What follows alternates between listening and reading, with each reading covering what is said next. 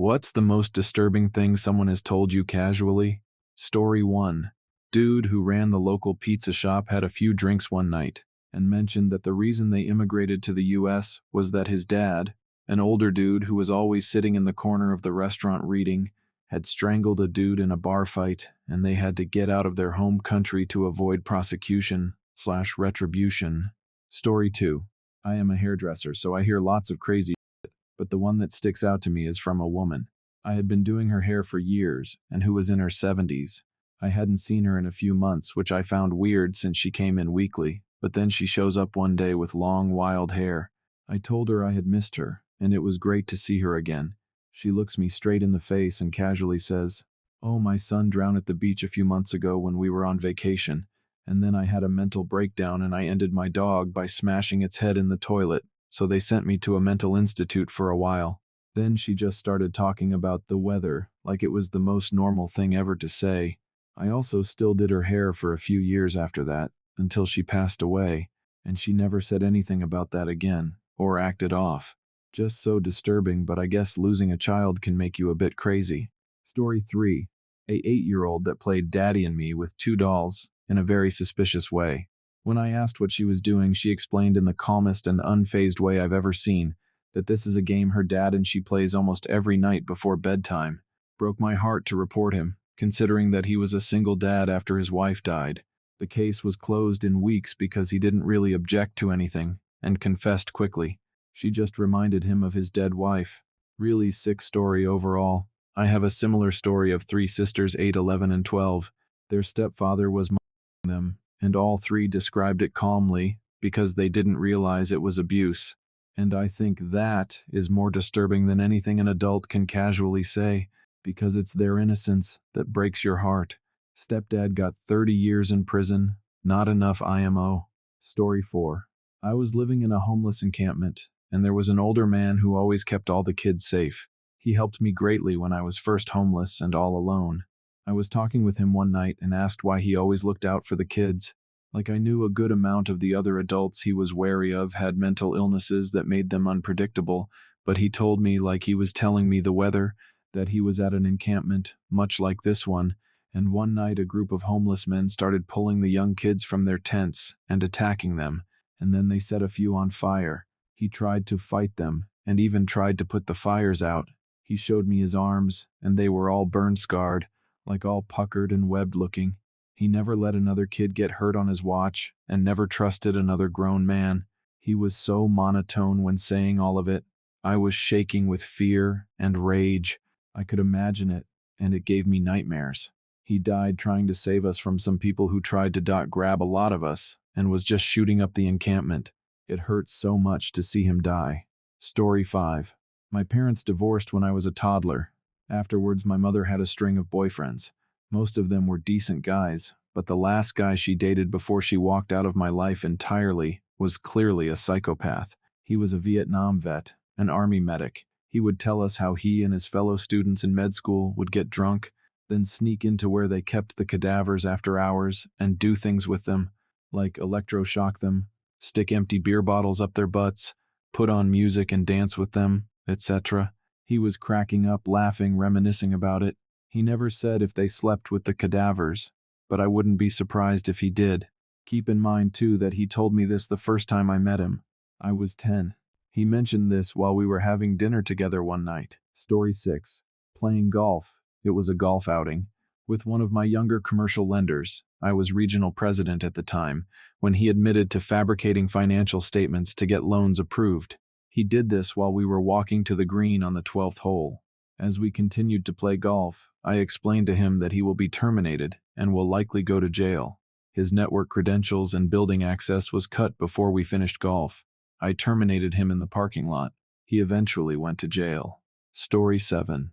Many years ago, I worked in an office where a beautiful young woman who worked there was found dead in her bathtub. It was ruled an OD. The creepy part comes next.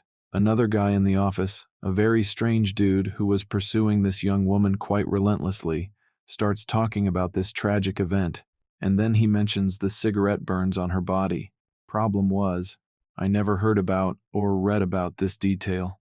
I even called the cops about it, and they said, "We can't talk about the case to strangers." How did he know this detail?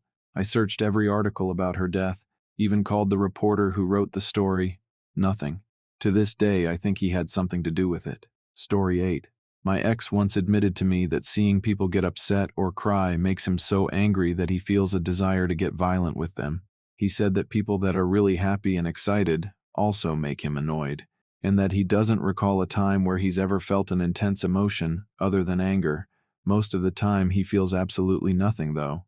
Luckily, this was towards the end of our relationship, and I got out safely, thanks to family and friends. But there's still times that I think about him telling me that, and how much he made me cry, and I get the shivers knowing he's probably thought about seriously hurting me. Story 9. I have a baby face. When I was 25, I looked about 16, 18. I was working at a bagel and coffee store, and a man who was in his late 30s to mid-40s was a regular. One day he asked me out for coffee. Before I could respond, he went, "Ha ha, you're probably tired of coffee since you work here. I'd ask you out for beers, but I know you aren't old enough." I was. Again, before I could say anything, he goes, "It's okay, don't be nervous. I've dated younger than 16 before. Do you think I'm 16? I assumed, are you younger, working with a permit? No, I'm closer to 30 than I am to 16. Never saw him again after that, but I got his name off his credit card and Googled him. He was a pediatrician. I say was because I contacted the office he worked at and let them know what he had said to me. Story 10. So my dad was avoiding the Kosovo War and fled to Albania as a refugee. While there, he was able to find a sponsor that would take him, and eventually his family. The man owned a restaurant too, and so my dad worked for it for a bit before finally getting documents in order to go to America to link with his uncles there. Right before leaving and getting his documents in order, the sponsor took a liking to my dad and showed him a basement on his property, and was absolutely shocked. There were women chained to beds, all from parts of Eastern Europe and the Balkans.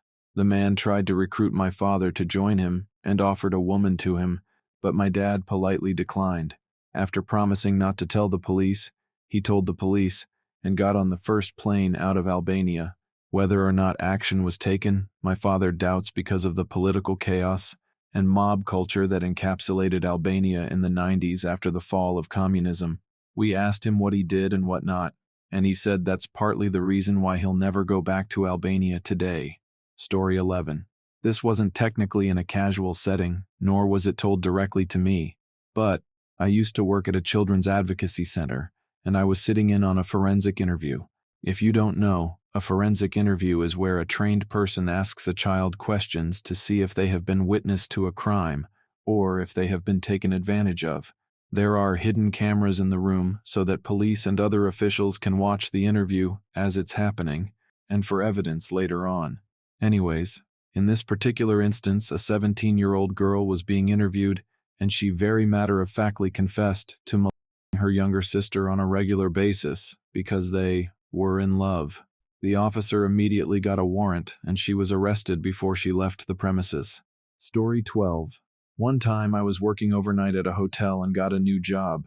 I had to train my replacement last week, which is a drain when you work at a smaller hotel. You're the only two people in the building. The workload that you actually have to train for takes less than an hour to go over. You mostly end up sitting with a stranger the entire shift, twiddling your thumbs. The lady I was training was probably in her mid-30s and looked and smelled like she was going through a rough time. She was very thankful to have gotten the job and opened up to me immediately with no prompting. For almost 7 hours straight, she ran through her entire life story as I worked on my college papers and occasionally said, "Oh wow." Toward the end of our shift, I found out she had a 10-year-old daughter that she no longer speaks to. She then tells me that her daughter accused her new boyfriend of taking advantage of her. When she didn't believe her daughter and chose the boyfriend over her, the grandmother kicked them out of her house where they were all living. My replacement had been living in her car with her boyfriend for almost 2 months. Then she tried to get me to agree that it was insane that all of this was happening to her.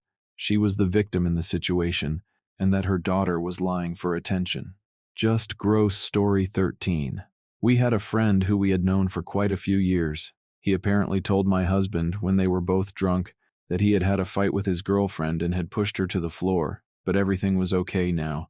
This conversation happened twice, His partner also jokingly said, "Yeah, it's all fine. We argued and he pushed me to the floor, but we are all good now." Somehow, this wasn't a massive red flag at the time because, well, I don't know.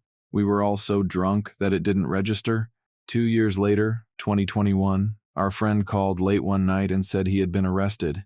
He had been arrested for punching his partner and breaking her nose. She had needed surgery to reconstruct her nose. He claimed he was blackout drunk and doesn't remember doing it. She didn't pursue charges, and he was released. All of our friendship circle cut him off and supported his partner. She moved to another town to start again. We all refused to speak to or see this friend again. He also confessed that his pushing of his partner was a violent shove to the ground, and she had been badly bruised both times. In retrospect, those initial conversations we had should have been deeply disturbing, and we should have challenged them. Maybe we could have stopped this from happening. Story 14. A man I met some time ago turned out to be a murderer. He had trouble with a woman, got drunk, and asked me to drive him to her. It was very far in the woods, a small village where few people live. It was already dark. I'm going with him. He's very drunk, and he keeps telling me how much he respects me. He talks about the prison he recently got out of, that he will be selling weapons. At one point, he shows me a tattoo on his hand and asks, "Do I know what it means?" I said I have no idea, and it means I kill people.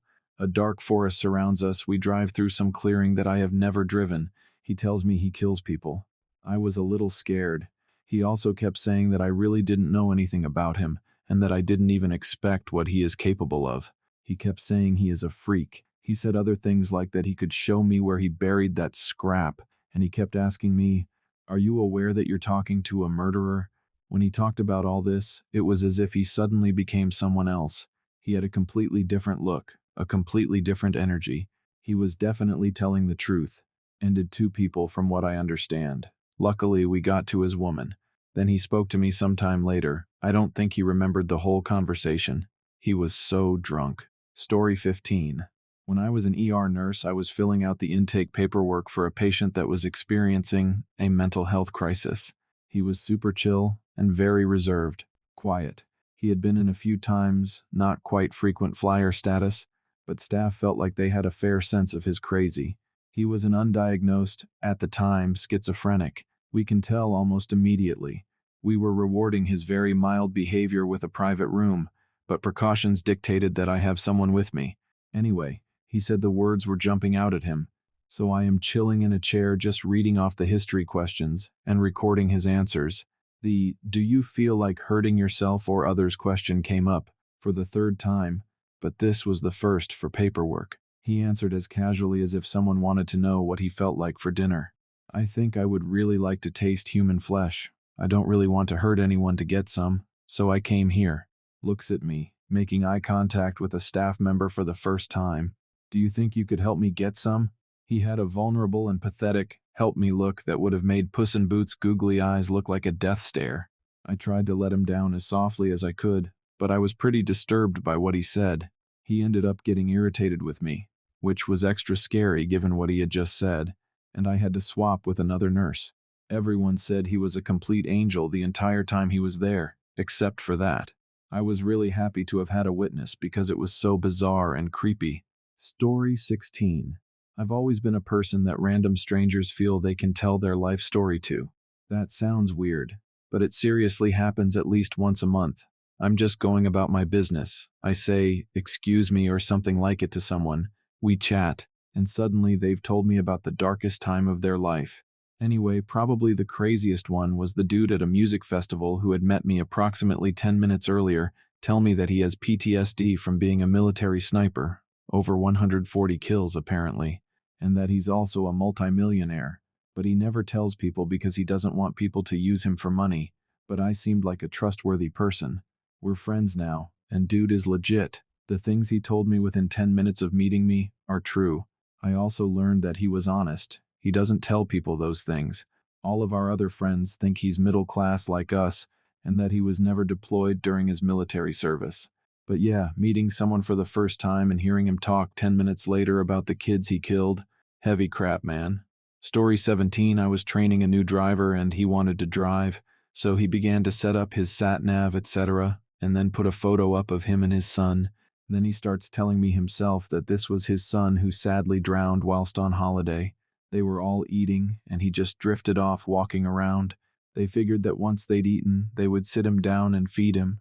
In the meantime, the kid falls into the swimming pool and sadly drowns. After a bit, they realized he wasn't around and went around looking for him and found him in the pool. The lifeguard wasn't paying attention or something. You could tell from the way he spoke he felt very responsible for his death. His marriage fell apart, and he was saying how he lived in a one-bedroom apartment, and any earnings he made went towards making sure his remaining daughter had everything she desired. He began asking me if I knew where to buy Yeezys. This was when they were only available in the USA. I'm in the UK. I Googled it whilst we were traveling and told him. He was more than happy to buy them for her. The guilt weighed very heavy on his shoulders. Story 18. I was 13-14 and I was friendly with my school's staff, one of them being the gate security guard. One afternoon as I was waiting for the bus, I asked him if the job ever gets boring because all he does is basically stand, sit, blow whistles at students, and maybe write stuff down 8-10 hours a day. He said one time when he got the night shift, he couldn't help but test his gun on some stray cats. He laughed after that, and I was also laughing nervously. On politics, I once worked with a former government messenger. He was on minimum wage and his job was to deliver government documents. He said when a big construction project needed the mayor's signature for the plans, licenses, and other requirements to get the project funded, the construction firm would slip an envelope with cold cash.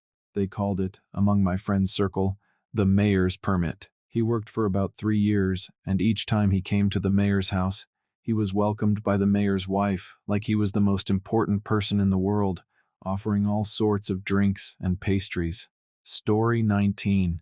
A 4-year-old kid I used to babysit told me he knew he had been bad.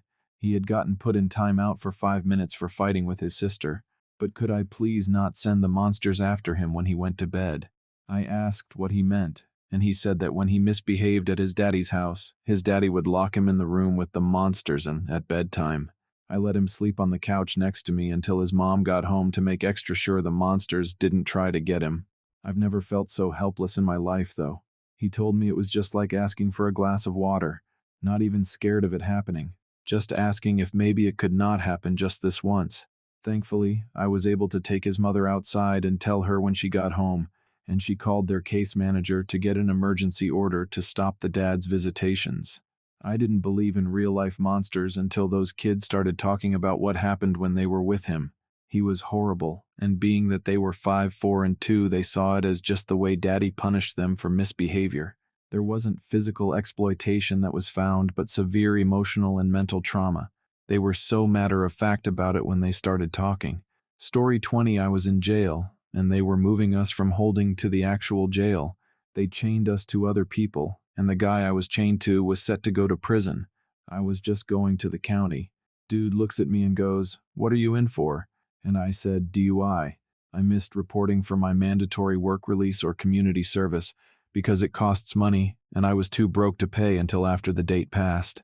This guy just laughed and went, "Same bro, kind of." Curious, I was like, "What do you mean?" And he tells me this like it's the funniest thing in his life, laughing the entire time. I was driving home from a party, and I saw some guys from a rival gang, so I ran them down with my car. Then I pulled a handle of whiskey and downed it before the cops got there. So I got hit with DUI vehicular manslaughter instead of murder. Less time, bro. Story 21. My co-worker very casually, while he was laughing while telling that, told me that back in his village 2 of his uncles had a feud over some property. One of the uncle's wives was paralyzed. Let's say Uncle A's wife was paralyzed. One day, Uncle B set fire to Uncle A's house. The house got burned down, he came out but his wife couldn't be helped, and she died burning on her bed. Angered with his wife's death, he immediately went to his enemy's house and grabbed and picked up Uncle B's wife by the waist and threw her into the burning house. Both the wives died. The 2 uncles are alive.